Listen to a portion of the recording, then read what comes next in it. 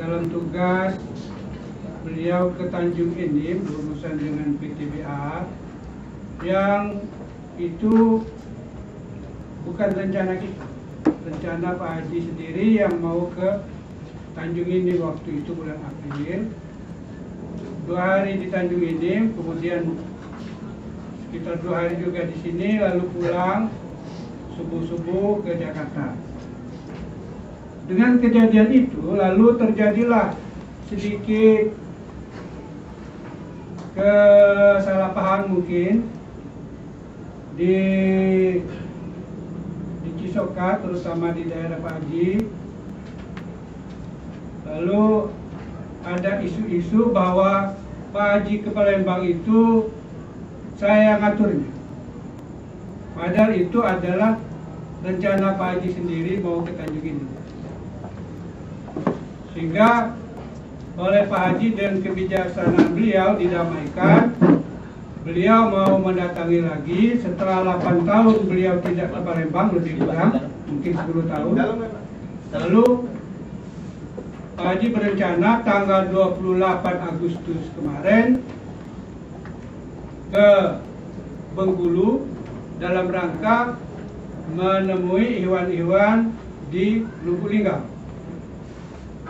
Sebelumnya tanggal 22 kalau nggak salah Pak Haji, ke Lampung dulu, karena Iwan di sana juga merasa karena peristiwa April dulu tidak disinggahi, Pak Haji terbang ke amin. Wabil khusus Bapak Saiful Baik, Pak Fauzi Rifai, yang telah menjadi wasilah bertemunya kita malam ini di sini dalam tema Isra Mi'raj. Muhammad sallallahu alaihi wasallam. Pada tanggal 27 bulan Rajab 1420 tahun lalu, Allah telah menjalankan Nabi Muhammad, Nabi kita sallallahu alaihi wasallam, dari Masjidil Haram ke Masjid Aqsa sampai ke Sidratul Muntaha. Ini adalah satu perjalanan fenomenal, karena perjalanan sejauh ini ditempuh hanya dalam sepertiga malam. Subhanallah. Dan apa bu oleh-oleh dari Mi'raj untuk kita dari Nabi Muhammad? Salah semua waktu. Kalau kita pulang dari Mi'raj, Nabi kita membawa oleh-oleh yaitu berupa syarat 50, yaitu berupa satu bentuk disiplinitas kita sebagai muslim dalam menjalankan kemudian kita terhadap Allah Subhanahu wa taala. Ya. Kita berikan puji syukur kepada Allah Subhanahu wa taala bahwa kita alhamdulillah kita telah dijadikan umat Nabi Muhammad SAW. Karena kalau kita melihat ke belakang, Pak, banyak nabi-nabi sebelum Nabi Muhammad itu ingin menjadi umatnya Nabi Muhammad. Karena apa? Karena umat Nabi Muhammad itu begitu enak, begitu enteng, begitu untung. Mendoa hari itu dijabah hari itu. Subhanallah, begitu enak ya, begitu. Betapa kita punya keunggulan, punya kelebihan, masa kalah. Kita tawadhu kepada Allah, ya Allah. Tolong angkat Nabi Muhammad ke langit. Itulah riwayat sampai terjadinya Mi'raj Nabi Muhammad. Ketika itu Allah menginstruksikan kepada malaikat Jibril, wahai Jibril, jangan berzikir kau malam ini, katanya. Perintahkan pada Jibril untuk tidak mencabut ruh. Malaikat Jibril kaget. Aja atil kiamat, kata Jibril. Apakah datang kiamat? Bukan, kata Allah. Tetapi pergilah ke surga, ambil satu buraq, kemudian bawa Nabi Muhammad ke langit. Seperti itu bu ceritanya bu. Jadi ya alhamdulillah, dengan mi'rajnya Nabi Muhammad SAW kita mendapat satu oleh-oleh, yaitu salat yang 5 waktu, yang mudah-mudahan kalau kita menjalankan, ya kita bisa lebih disiplin dalam menjalankan ibadah kita kepada Allah Subhanahu wa taala. Karena memang di dalam salat itu sendiri bukan hanya disiplin dalam masalah waktu, semua disiplin, semua bentuk disiplinitas ada di dalam salat. Kemudian bu ya Pak, untuk selanjutnya, karena saya takut sul azab kepada orang tua, takut mengurangi rasa hormat, mungkin masalah Mi'raj dan Al-Hikmah lebih lanjut, insya Allah nanti ayah anda, guru kita semua yang akan lebih luas, lebih lebar untuk menjelaskan. lebih bisa dipaham sama kita. Ya karena ya posisi saya di sini kan hanya pembuka, jadi nggak boleh terlalu banyak ngomong katanya. Ya, mudah-mudahan kita semua yang hadir di sini malam ini mendapat rahmat dan anugerahnya dari Allah SWT. Cukup sekian dari saya. Assalamualaikum warahmatullahi wabarakatuh. Terima kasih. Nanti kita undang sendiri aja Ustaz biar panjang, biar melusi ceramahnya malam ini. Beberapa ibu-ibu para hadirin yang dimuliakan Allah, selanjutnya Udah Hasanah Silaman Rohani yang kita tunggu-tunggukan dari Guru Besar Hikmah Abdul Pesantren Hikmah kepada Karom Haji Iskandar kami haturkan.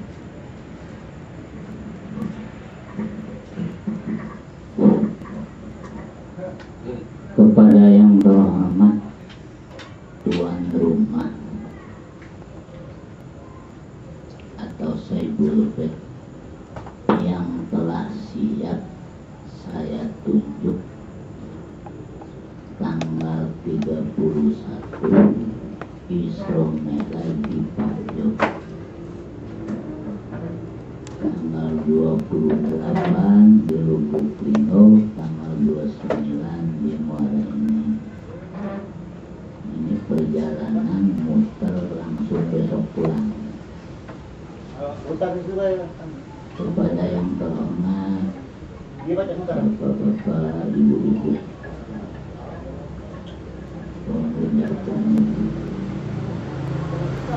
insya Allah yang telah dibayarkan oleh Allah, karena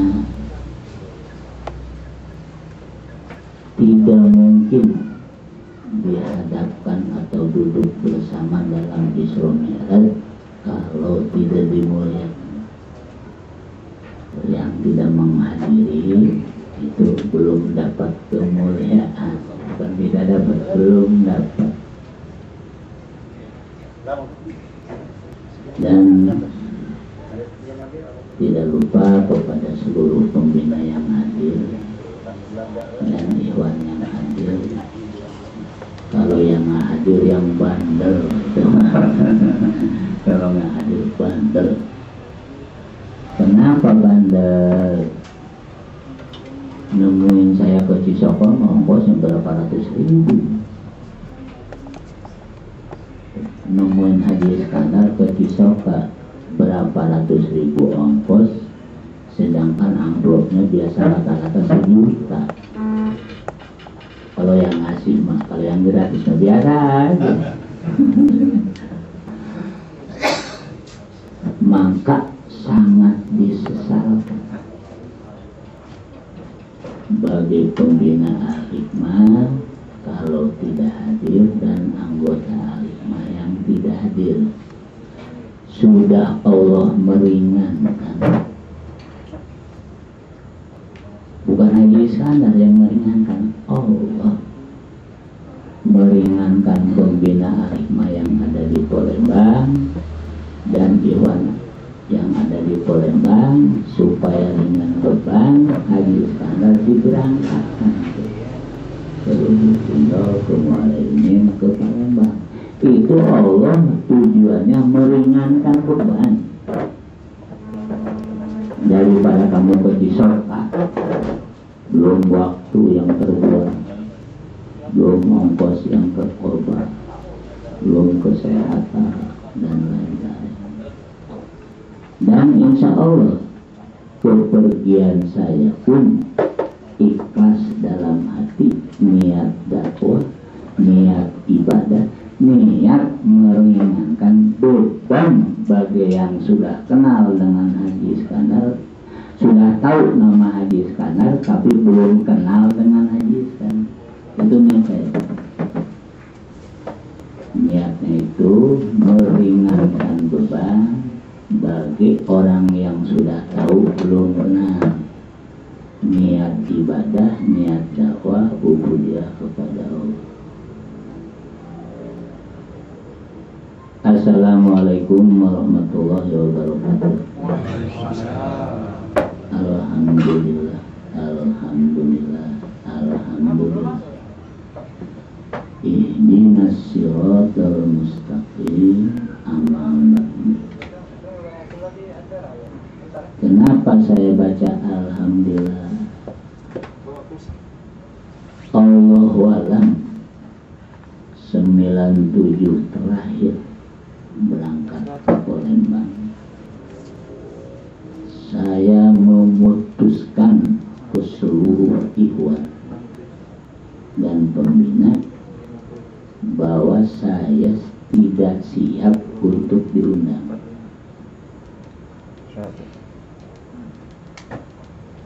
Terus perwakilan di Jakarta nanya, sampai kapan Pak?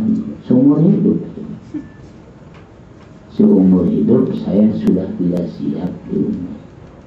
Itu omongan saya.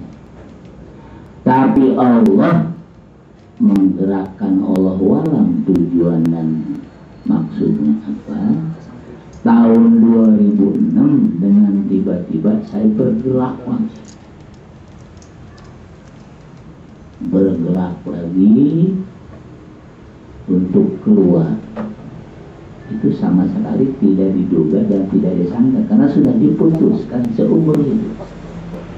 Malah Masya Allah malam minggu besok malam minggu lagi, tidak boleh tidak, saya harus hadir di Jakarta karena mengadakan Isra Mi'raj dengan alasan perwakilan saya seperti tadi yang saya ucapkan. Sudah banyak yang tahu Pak Haji tapi belum kenal Pak Haji, maka dipaksa kalau ada umur dan sehat malam minggu depan saya disuruh dia. Itu rahasia Allah yang tidak diduga-duga. Dan kita bacakan salawat kepada Nabi besar kita Muhammad SAW karena dengan sabar dan wasilah beliau, seorang makhluk yang rahmatan lil alamin. Karena tidak mungkin terjadi kita berhadapan begini tanpa risalah, tanpa syariat beliau, dengan gerak-gerik yang setelah diperjuangkan oleh Nabi besar Muhammad. Alhamdulillah kita bisa silaturahmi seperti ini. Apa Isra Mi'raj? Isra, perjalanan di waktu malam. Mi'raj, naik buruk. Jadi Mi'raj itu adalah tumpakan. Dan maka kalau kita yang sudah punya istri, numpakin istri itu Mi'raj. Tapi bukan naikin buruk, naikin sama merah. Namun hati-hati bagi orang yang sudah punya istri atau bujangan pun boleh tahu, di mana kita mau makan apapun, kalau tidak bismillahirrahmanirrahim dulu, itu setan ikut makan. Di mana kita mau menjima istri, tidak bismillahirrahmanirrahim dulu, itu setan ikut menjima istri kita nanti. Maka di mana kita punya anak ada kekeliruan, apakah itu nakal, apakah itu dan lain-lain yang tidak setuju dengan hati kita, jangan buru-buru menyalahkan anak. Anak mah usaha belum, yang ngasih makan pun kita harus kontrol diri kita. Mungkinkah kita bergaulnya tidak senonoh? Mungkinkah kita ngasih makannya dari barang-barang yang halal? Nah insya Allah kita sadar, anak sadar.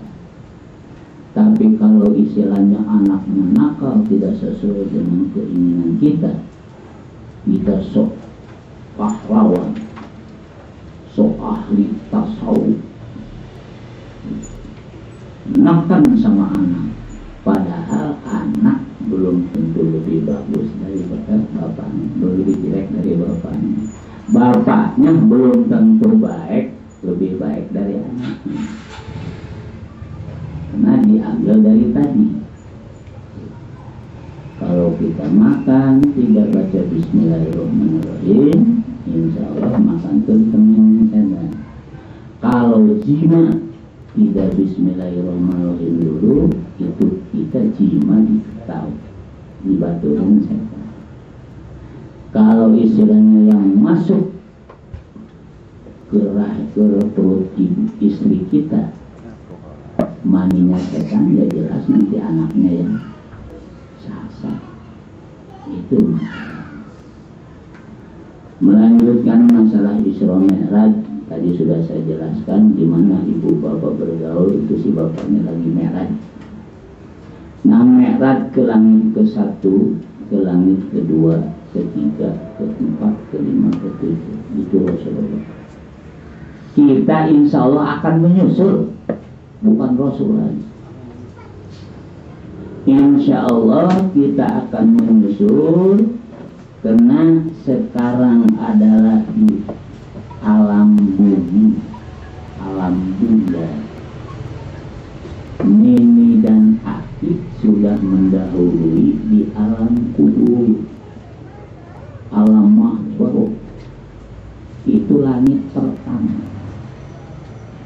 Apa sih mahsyar? Halang-halang di antara dunia dengan surga. Itu langit pertama. Nah insya Allah kita pun akan menyusul apa yang dilewati oleh Rasul, apa yang istilahnya dikerjakan oleh Rasul. Setelah istilahnya kiamat terjadi, dunia hancur, bukan tsunami lagi, tsunami mungkin. Karena ngamuk masalahnya. Kalau tsunami mah hanya Aceh gempa. Kalau kiamat mah ida julcilati ardu jilda. Hancurnya gunung yang dari Palembang terbang ke Bali, terbang ke Saudi. Yang gunung di Saudi terbang sampai muatnya tuh. Itu namanya ida julcilati, kiamat besar. Insya Allah tuh, alam kubur langit pertama, kita naik ke langit kedua. Namun kalau Rasulullah mas 3/4 malam, kita mah menempuh alam. Sekarang alam dunia, nanti meninggal alam kubur. Setelah kiamat nanti alam mauqif, itu di langit kedua. Mauqif itu bahasa Arab, bahasa kita nama batas. Dimana kita di Indonesia mau ke Singapura atau mau ke Saudi, itu di perbatasan ditanya dulu di Jeddah tuh. Kalau di Singapura di Jeddah, kalau di Mekah di Jeddah. Apa pertanyaannya? Pen paspor. Lihat paspor. Nama Abdul Qadir. Agama Islam. Salatnya benar. Syahadatnya benar. Zakatnya benar. Hatinya benar. Tapi kalau ditanya paspornya itu remeng-remeng, mereknya mah Islam, tapi belum pernah sekolah, kan remeng-remeng. Kata Katanya rukun Islam 5, sholat kan, zakat apalah, ngeluarin harta, berangkat haji apalah, obat yang lebih besar.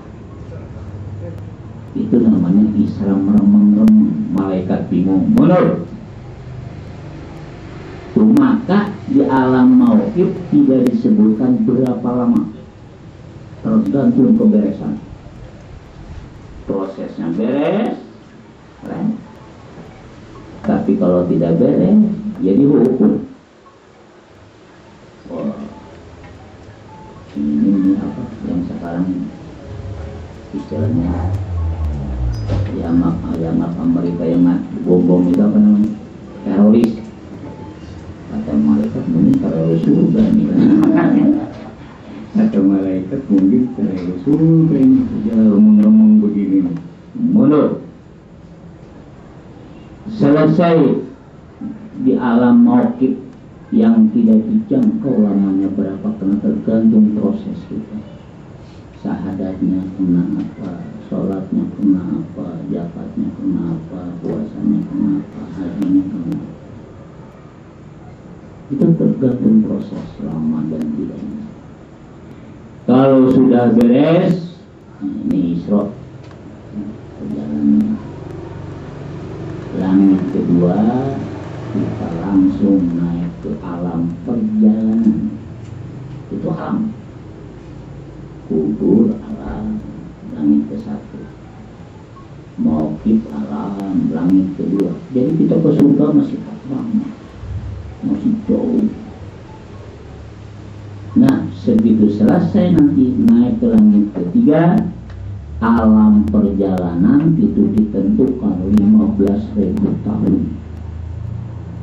Nanyak 5.000 tahun, turun 5.000 tahun, datar 5.000 tahun, baru nyampe ke alam mahsyar langit keempat. Nah, di dalam perjalanan seluruh di bawah, hasil sholat, hasil zakat, hasil zikir, hasil puasa, hasil ibadah. Karena untuk kita, ya kita aja dari Palembang mau pindah ke Bandung, ke batok-batok bolong di bawah, karena mau pindah. Hasil usaha di Palembang semua di bawah, yang sulit di bawah dijual, di bawah. Nah, insya Allah di langit ketiga pun kita perjalanan itu di bawah. Padahal upah sholat 1 waktu jumlahnya 8 menit. Insya Allah UMR-nya itu untuk makan 500 tahun. Barang siapa melaksanakan sholat 1 waktu, upah UMR-nya 500 tahun untuk makan di sini. Kenapa ada UMR? Itu sholat mutasawir. Apa sih mutasawir? Gambar sholat. Tah di mana gambar jelas bukan sholat. Contohnya itu foto Haji Iskandar. Jelas bukan Haji Iskandar, foto Haji Iskandar. Namun di mana ketemu orang seperti ini itu Haji Iskandar. Namun kadang-kadang beda, di foto mah ganteng, orangnya mah nggak ganteng. Kadang-kadang gitu. Tapi kadang-kadang orangnya ganteng, fotonya nggak ganteng. Itu kekuasaan. Tak sholat kita juga mutasawir, gambar. Kenapa sholat mutasawir? Badannya maruku, sujud, hatinya mah ingat sama utang, ingat sama anak nakal, ingat sama istri suka monyong melulu. Itu mutasawir. Hanya badannya seperti sholat, padahal bukan sholat. Karena Rasulullah pernah ditanya oleh sahabat, apa sih ya Rasulullah sholat? Rasulullah sholat menjawab, yang namanya sholat itu kita sudah berhadapan dengan Allah. Seolah-olah kita sholat itu sedang berhadapan sama Allah.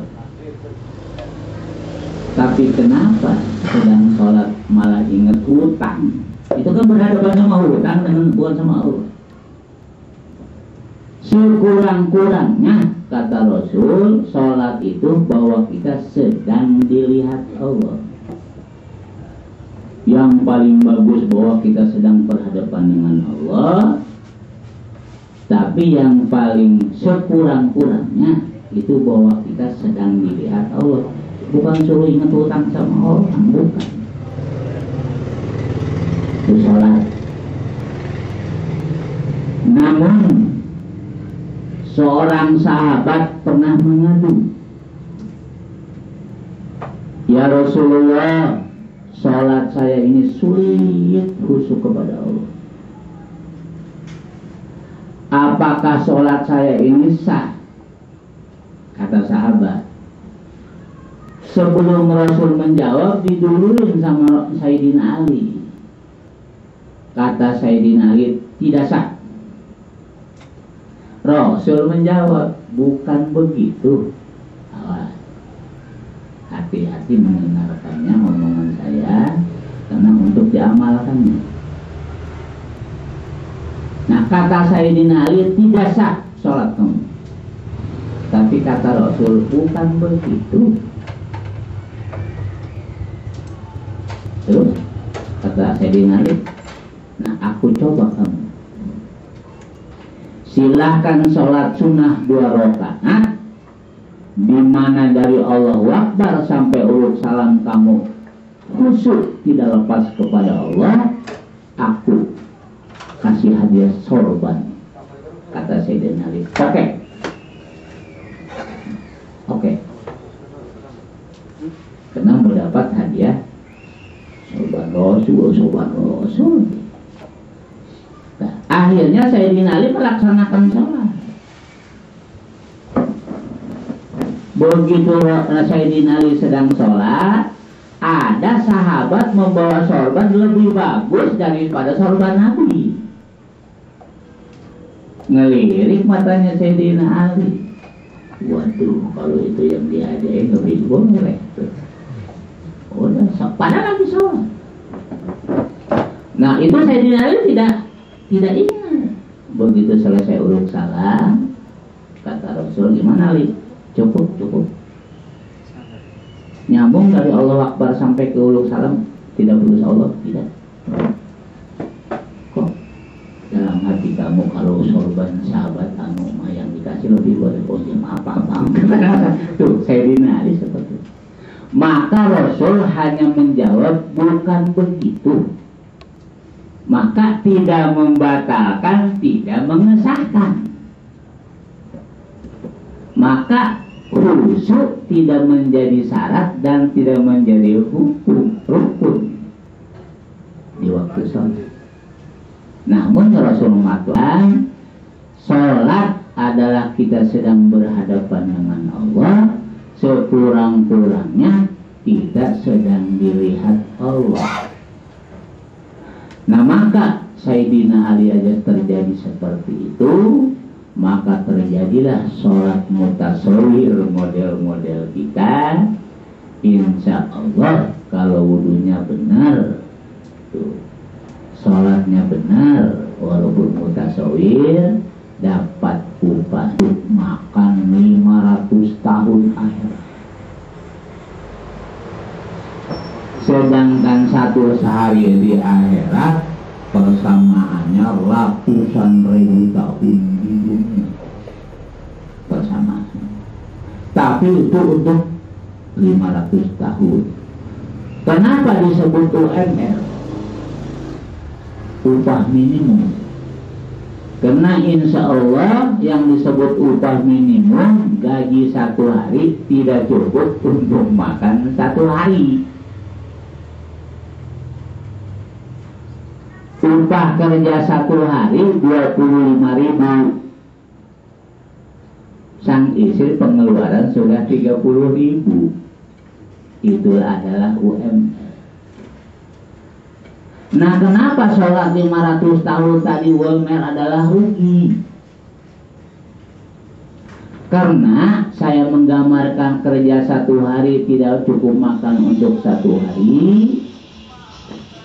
Insya Allah 1 hari di akhirat ratusan ribu tahun dunia.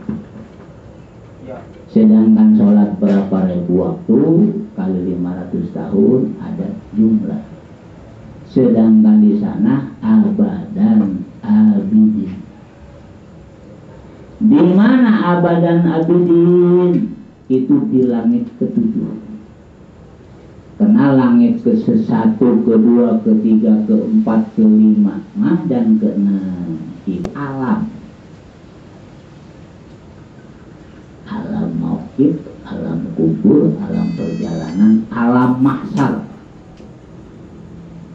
Di alam mahsyar kumpul seluruh manusia dari zaman Nabi Adam sampai kiamat.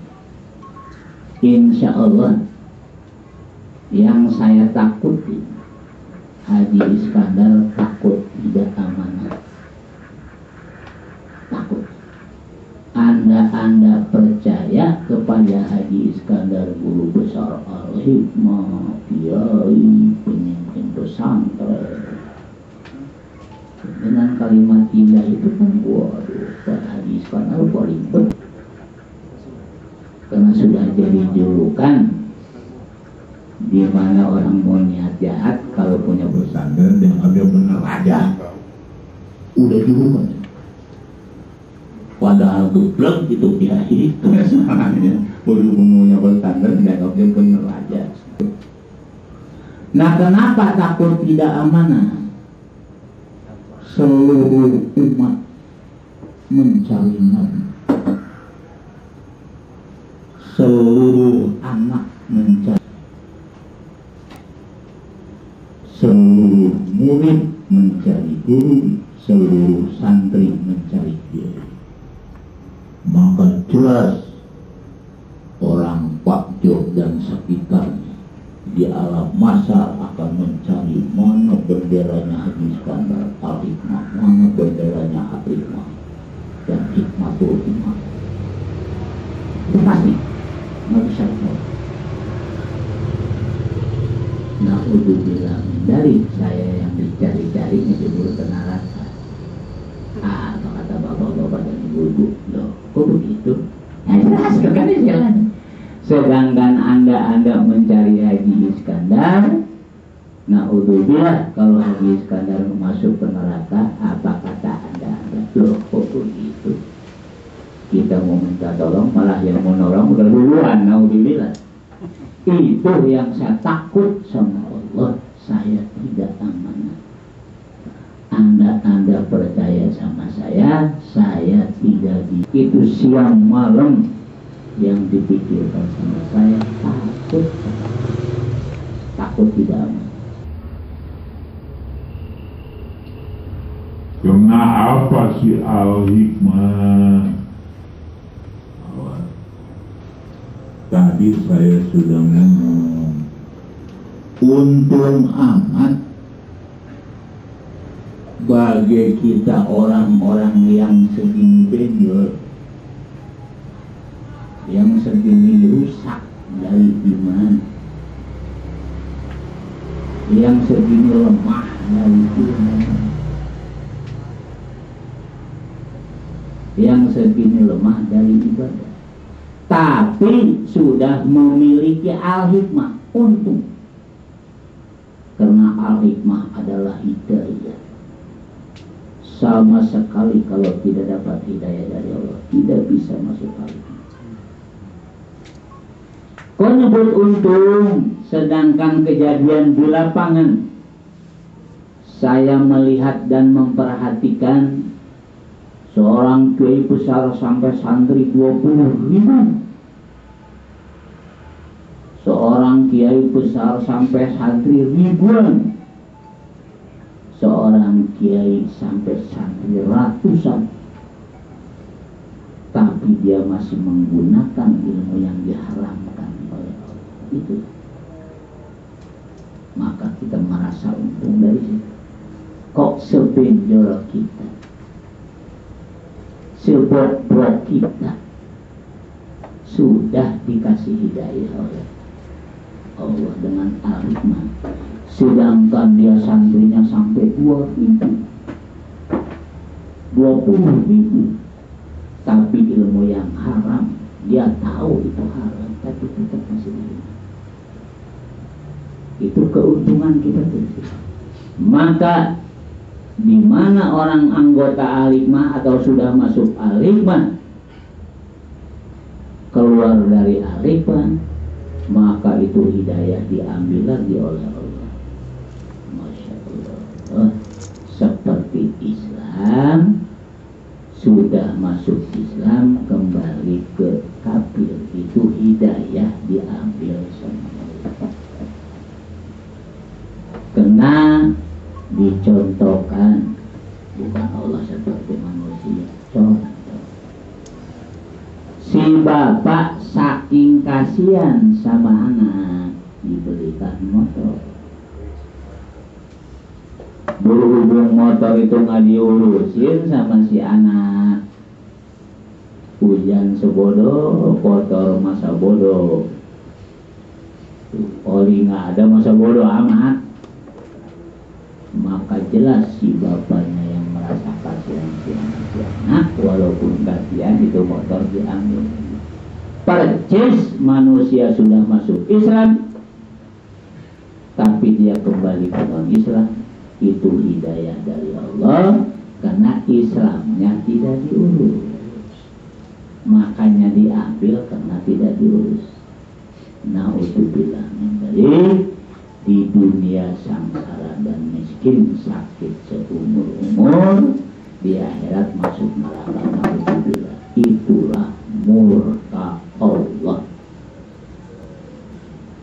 Di mana manusia di dunia miskin seumur-umur, sakit terus-terusan, di akhirat masuk neraka, itu namanya murka Allah.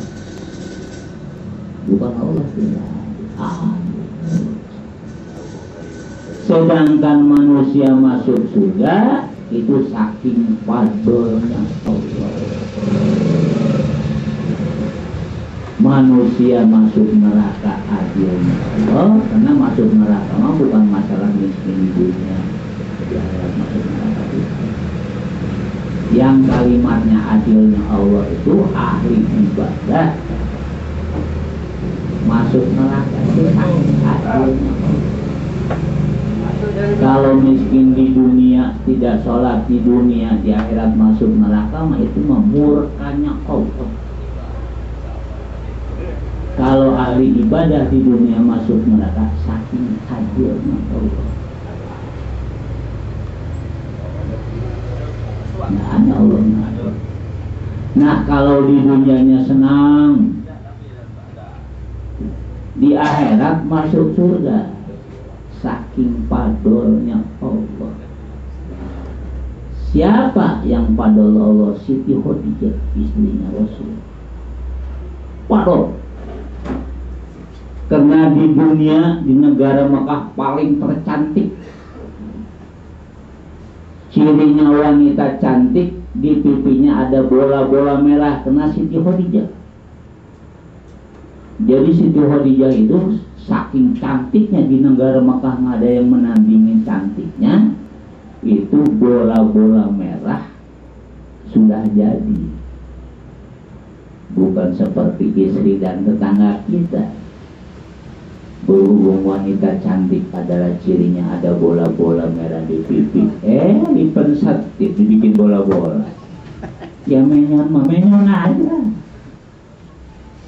Itu mengikuti riwayat yang paling tercantik di negara, di dunia, Siti Khadijah, karena ada bola-bola di pipi. Maka Rasul seorang suaminya belum pernah manggil Siti Khadijah, belum pernah sama istri. Manggil mamang, manggilnya wahai merah delima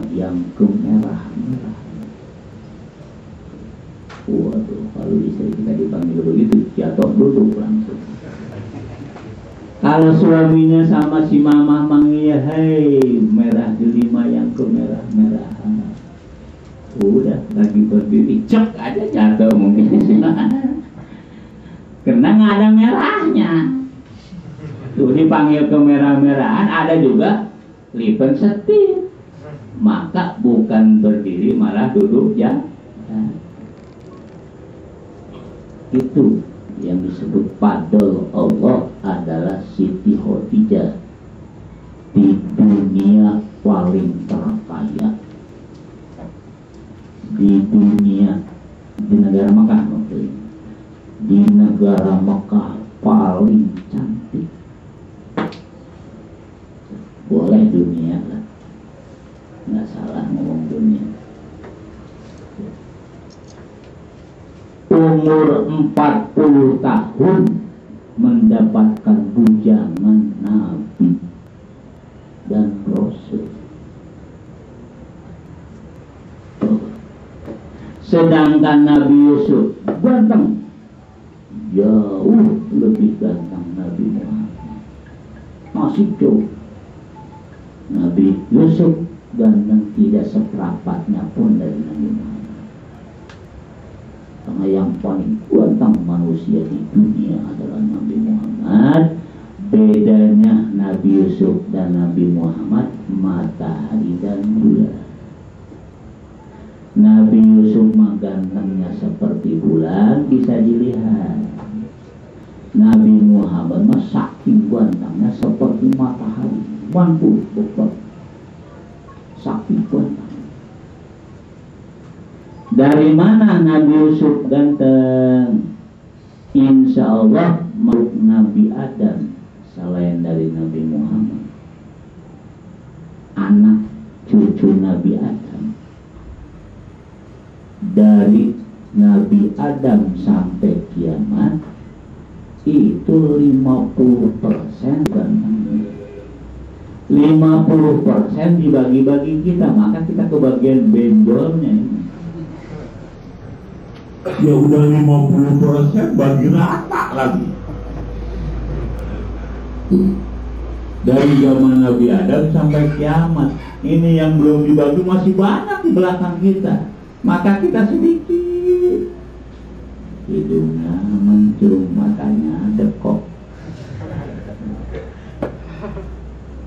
rambutnya bagus, telinganya jebel. Ada aja tuh kelemahan. Karena sudah diambil Nabi Yusuf 50% rame-rame. Sedangkan di belakang kita masih berapa puluh juta apa triliun manusia sampai kiamat nanti. Itu dimiliki oleh Siti Khadijah. Di akhiratnya tidak akan ada yang mengalahkan kekayaannya Siti Khadijah. Tidak ada. Konglomerat nomor 1 seluruh alam surga. Hanya surganya yang paling indah, rumah surga itu, kekayaannya yang paling banyak. Satu makhluk manusia pun tidak ada yang bisa mengalah. Karena Rasulullah bidadarinya ada 8.000. Istrinya 11. Siapa istrinya? Resminya istrinya itu 11, tapi yang dijima cuma 9. Yang 2 mah tidak dijima karena sudah keluar dari dunianya duluan. Siapa? Siti Maryam, ibunya Nabi Isa. Siti Habsah, istrinya Fir'aun, itu istrinya Rasulullah. Karena Siti Habsah adalah wali, Siti Maryam adalah wali. Fir'aun sekali jima wanita 4 yang mati, kalau istrinya masalah hidup karena belum pernah dijima. Di mana pengen sama istrinya, jin yang melayani merupakan istri. Itu maka utuh tidak mati. Tapi kalau dijima sama Fir'aun jelas mati. Karena rata-rata setiap malam yang dijima sama Fir'aun wanita 4 mati, saking tidak kuat bahasa khawatir. Mati satu binti.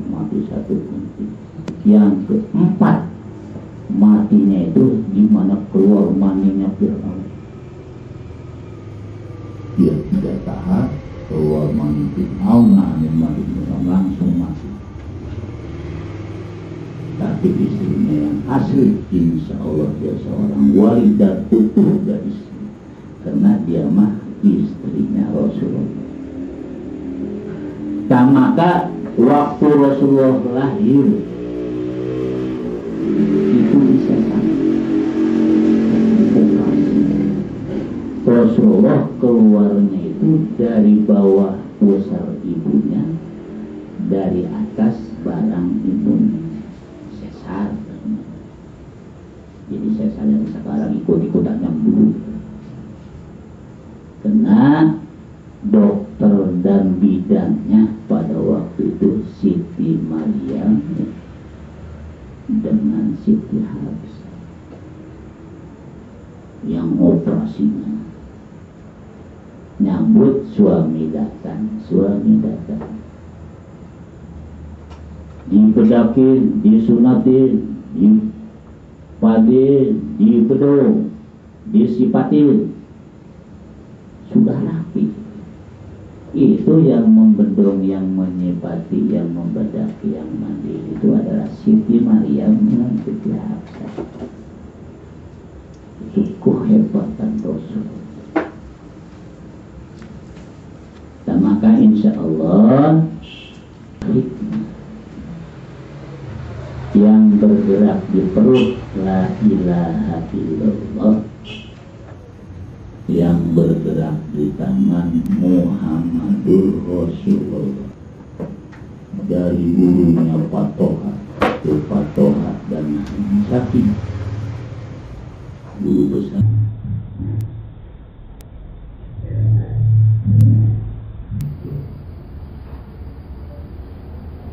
Tujuannya supaya dia kesulitan.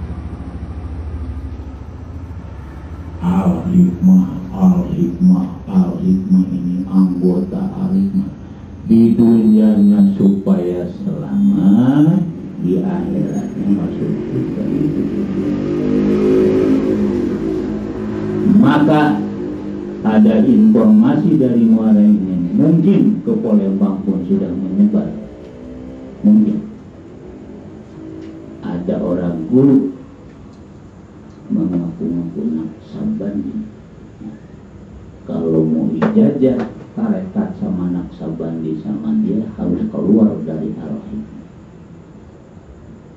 Sedangkan dia belum tentu baik daripada al-hikmah. Akhirnya kemarin saya pesan sama perwakilan di Muara ini, termasuk di Palembang dan Iwan-Iwan. Anda ingin selamat di akhirat, jangan berguru sama yang sombong. Alah, pesan saya. Anda ingin selamat di akhirat, jangan berguru sama yang sombong. Karena mereka mengatakan demikian itu sudah sombong. Sombong apa? Para ulama ya, seluruh ulama yang ahli ibadah, ahli fikih, ahli tasawuf, ahli fiqh, seluruh pan berikhtiar mematwakan, barang siapa sudah merasa dirinya aman di akhirat, maka paling bodoh dan tolol orang itu. Siapa pun. Karena tidak ada satu riwayat dari Rasul dan tidak ada satu riwayat ulama dan wali yang merasakan dirinya sudah aman, ya tidak. Malah para ulama setiap pan keahliannya masing-masing, mematwakan barang siapa sudah merasa dirinya aman di akhirat, itu manusia paling goblok. Sedangkan dia tidak mungkin suruh mengeluarkan ilmu yang lain kalau mau belajar ilmu dia, kalau dia sudah tidak merasa aman di akhirat. Contohnya boro-boro saya ngurusin orang lain, diri saya, maaf, tidak ada hari dan malam kecuali saya nitipkan diri. Tamu di rumah tiap hari, tetap saya ngomong, ibu, bapak, nitip diri saya. Kalau anda sekalian ke surga, jangan tidak diajak saya. Termasuk anda sekalian, insya Allah saya nitip diri. Saya nanti diri kepada anda sekalian, di mana anda masuk surga, jangan tidak diajak saya, insya Allah. Dan ke pegawai-pegawai yang kerja di bangunan saya, ada 12 pegawai yang saya nitip diri kepada mereka. Di mana kamu orang masuk surga, tolong ajak saya. Dan saya nitip diri kepada seluruh binatang, kambing, kerbau, silahkan, taman-taman yang ada di depan rumah saya, silahkan makan. Saya menanam lagi, itu saya nitip diri sama dia. Rumah yang saya susah payah membikinnya, tapi burung-burung gereja tidur pada berak, ubin pada kotor, kayu-kayu yang dicat segitu licin pada kotor, terus bawa sarang yang begitu bawah, kalau pagi udah pada berantakan. Tapi insya Allah saya senyum dan senyum, saya dan senyum dan senyum. Karena harapan saya, insya Allah seluruh makhluk binatang dari nyamuk sampai gajah itu bakal jadi tanah surga. Sedangkan saya belum tentu ke surga. Kenapa demikian? Sahabat Umar pasti dan yakin 7.000 sahabat Nabi lolos ke surga tanpa mengalami neraka. 7.000. Apalagi Umar, Utsman, Abu Bakar, Siddiq dan Ali yang sudah dipatok, udah pasti dia masuk surga tanpa neraka. Tapi sahabat Umar ngomong, hai pohon padi, untung amat kamu, karena kamu jadi pohon padi sudah pasti dari tanah surga, sedangkan aku belum tentu ke surga. Sahabat Umar ngomong begitu. Baru jadi guru tak naksaban, kayaknya kartu surga udah dipegang dia semua. Karena memang dia punya keyakinan tidak belajar tarekat Bahanom tidak akan masuk surga, keyakinan itu. Sedangkan Cina, awas, jangan punya baca tarekat. Yang namanya Ong Kim, saya masukkan Islam di taman namanya Yusuf Ong Kim. Langsung bapaknya datang ke rumah saya dengan ucap-ucap, Pak Haji, tidak jadi masalah anak saya masuk ke sana, asal di akhirat jangan neraka. Tapi kalau anak saya ke neraka, saya tidak mau. Makanya saya tahan dan tidak boleh masuk Islam, takut ke neraka. Tuh si Om